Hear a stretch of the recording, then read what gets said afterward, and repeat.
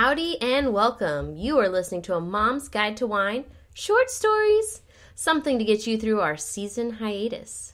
What's up, guys? Normal cautionary conditions still apply. This is an unscripted conversation between the two of us. Are you ready to be a fly on this wall? You know you are. So, this is Eliza. This is Rosie. And today, I wanted to tell I'm going to knock on my desk. The only 2 times I've had to rush to an emergency room. Okay. For my children. I've been several times. I've done it for myself. I've never thought about it. I've been for myself. But for my children, I tend to be more of the, it's fine, I'm going to take them to their doctor. There's been a couple of times I took them for a super high fever when I was a young mom, but then I learned they don't do anything for them anyways, and so I quit. They don't. But there's been 2 times. Maybe teach you how to cool them down slowly. Yeah. I guess they do that. Kind of. But once you learn. Then you shouldn't have to switch go back. Motrin and Tylenol. That's it. And cool baths. And popsicles. If they have a reaction, stop giving Motrin. There you go. Boom. Now you know our secrets. I'll scratch that episode list off. But seriously, though, there's only been 2 times where I've had to rush my children to an emergency room because something bad happened. Okay, I'm ready. And it's bad. All right, you ready? What happened? All right, so we're going to start with my oldest. My son, his first trip to the ER was, extremely traumatic. All right, we were out of town. We're visiting family. I think we had gone to the zoo that day with my mom and my youngest sister, and we met up later at Home Depot because my grandmother, who lived in town, so now we've got all these generations in the store together, going shopping for her a new toilet. All right? So my grandmother needs a toilet, and I'm like, we're good grandkids, right? We're going to help my grandma out.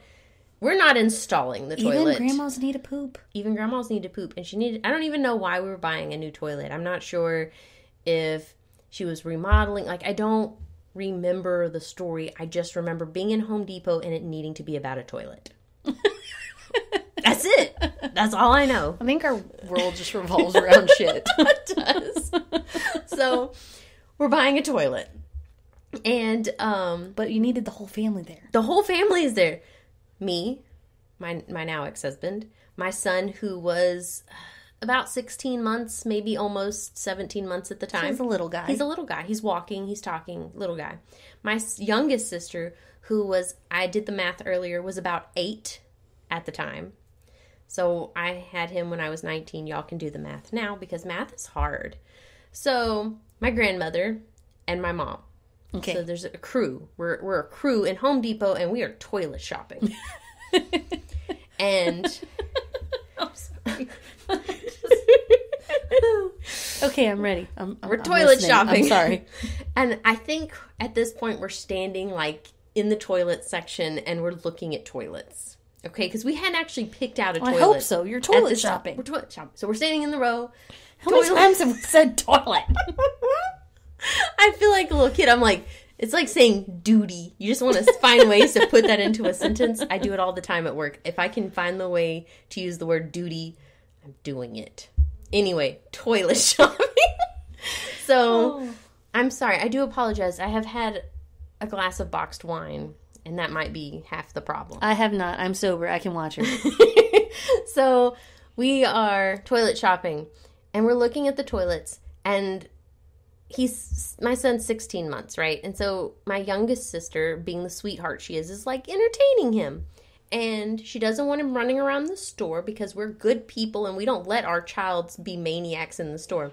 My youngest one is total a maniac in the store. Mine's a maniac in the store. But my oldest child was not. I was not going to be that parent. So I don't want to be that parent. It's really hard to contain my son. I understand. So we had distraction that day on our side. Okay, that's true. And so they're playing this game where she has her hand on the basket, so he has his hand on the basket, and they're walking in circles around the basket.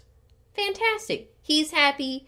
She's probably getting dizzy, but we can shop for toilets. All right? The next thing we know, there's this loud crash. And apparently my son had tripped. And do you know what the pegboards are? Yeah. In a Home Depot. You know, they got those with metal the little hooky thing. hooks on the end of them. Well, it's like they were remodeling or something. It's a different kind of shit. It's a different kind of shit. It was like they were remodeling, and so they have the pegboard sitting on the floor. It's not hung up on the wall, where they should be, because they'd be safely out of reach of small children. God. My son had tripped and fallen into the pegboard. And when we turn to look, he goes to stand up, and the entire pegboard lifts with his body. I'm going to puke. All right, of course, we immediately go into... I don't know, my mom ran, I call it panic mode. I went into, okay, let's keep as much blood in his body as we can mode. And my mom picks him up, and he is screaming, and there's blood pouring out of his face. I don't know where the blood's coming from. It's just pouring. My mom is screaming. She snatches him up and takes off running, and I'm behind her going, put pressure on the wound! Put pressure on the wound! As we run through Home Depot. To the front, because we're in the back of the store in the toilet section. So we got to run to the front of the store to where the registers and stuff are, because we're by ourselves. Yeah. So... Because you can never find a Home Depot person when you need them. They're never there. And you never knew that was going to happen. How would you know? Like I said, he wasn't running. He was being Where's the orange apron? Good. So my mom runs to the front of the store, and she's panicking, and she starts yelling at the cash register people, associates, that they need to call an ambulance. Well, they call the manager, because why would they call an ambulance while she's holding a bleeding child? And my mom immediately went into, I call it her boss mode. So she told that manager that he was going to call an ambulance, and he was going to have it to the front of the store, because he was like, can we just go to the back of the store? You're scaring our customers. And my mom was like, oh, hell no. We are going to stand here with this bleeding and crying child until you get me an ambulance. Okay, yeah. Yeah. This is your face is exactly how I was feeling. I was like, you can't do that, can you? Apparently they can try.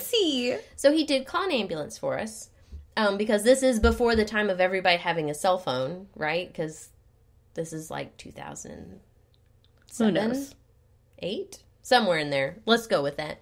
So cell phones, we have them, but they don't do what they do now. And so we're in a strange town. I have no idea where a hospital would even be, so we can't even, take ourselves to the hospital.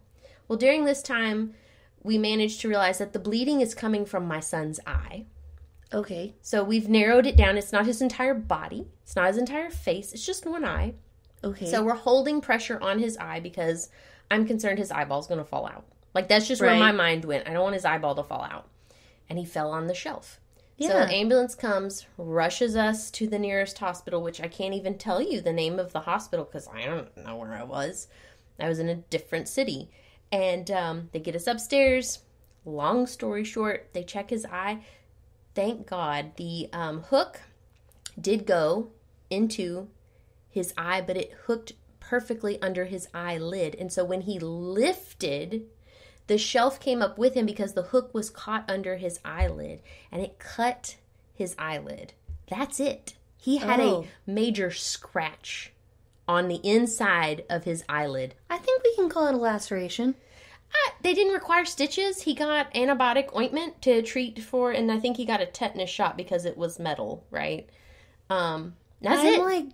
That's astounded. He had to wear an eye patch for a week so that he wouldn't mess with it, but I mean, he was cool with that. I got cute pictures of him running around with an eye patch. That's crazy. Yeah, and now, he's 16-ish now. Yeah. And he's got a little scar where you can see it right on the inside of his, on the tip of his eyelashes, but that's it. That's the only indicator that it ever happened.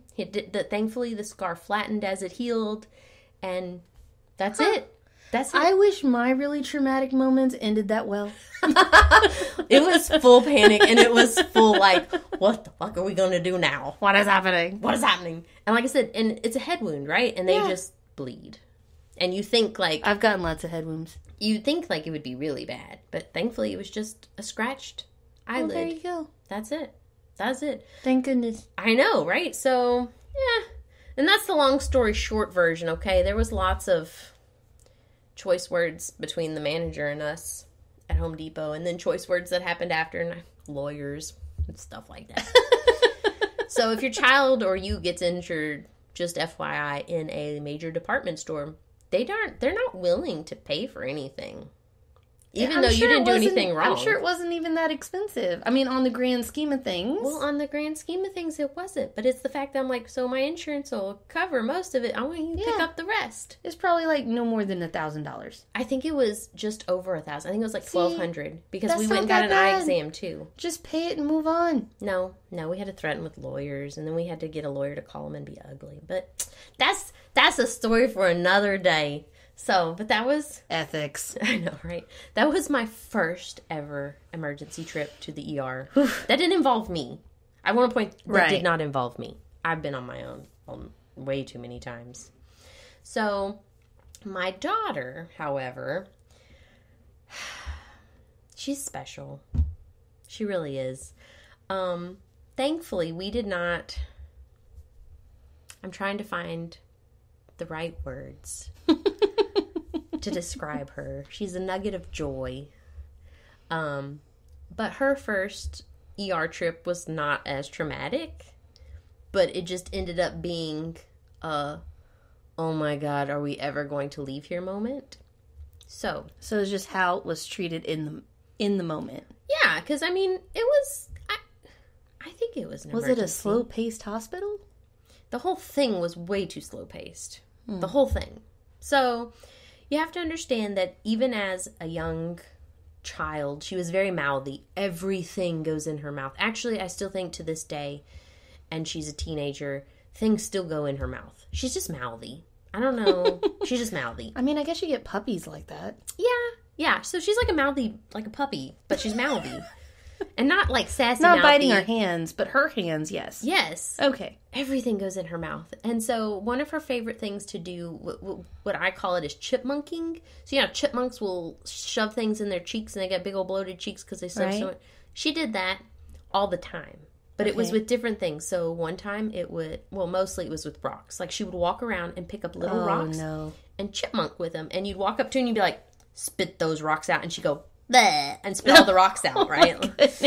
And so we used to have a dog. It was a healer. It was a red healer, and he would eat rocks, and he would do the same thing and chipmunk them in his cheeks. Yeah. But what would happen was he'd only eat them when we were walking, and we would dishevel some of them, and he would hear the rocks clink, and then he would just devour some rocks. Like Interesting. He was an you just couldn't do it. He was an interesting dog. His name was Blaze. Huh. He was cute. But other than the rock eating thing. Yeah, that's not as cute. But yeah, I mean, for the most part, it was fine, right? Like she did okay. She spit stuff out. Most of the time. Most of the time she did. We do know she swallowed at least that we know of, like the clicky tops of a pin. Like the clicky part. Like you can unscrew those. Well, it's a good thing she didn't breathe it in. Yeah, no, she'd swallow. She put it in her mouth, so she swallowed it. All the time. I'm pretty sure she went through several of those. And I'm sure there's other things that I don't know that she swallowed. And passed. Yeah, because she's a mouthy kid, right? Well, we are hanging out at home on a Saturday. And it's just calm. We're not doing anything. And it's like a nice Saturday at home. And she walks in. She's 4 years old at the time. And goes, I swallowed a marble. And I'm going, we don't have marbles. We don't have marbles. What did you swallow? So she brings me Mancala. Do you know what that is? Yeah. Yeah, that board game. With those, like, flattened marbles. Yeah, so they are marbles. They're like the flat ones. Yeah. They're round and they're flat, and in case y'all don't know, it's like a board game. Glass. That has, like, little holes, and you gotta put the rocks in the holes. Glass. Until you collect them all. But yeah. Tiny bits of glass. Yeah, so that's what she swallowed. And at first, I'm looking at her, and I go, did she clink? No. Oh. We never got a clink. Oh, man. I know, right? That would have been satisfying. Just for storytelling, anyway. But, so I'm like, I mean, she's swallowed other things, and she's been fine, so I'm sure this will pass. They're not even that big, y'all. They're, like, smaller. They're bigger than a dime, I guess. But about the size, maybe the size of a penny? Maybe. So, and I'm thinking... But they're also glass. But they're smooth, and they got rounded edges, and I'm like, she'll poop that out in no time. Wrong. So we eat dinner around 6, and by 6:30-ish, she is profusely vomiting.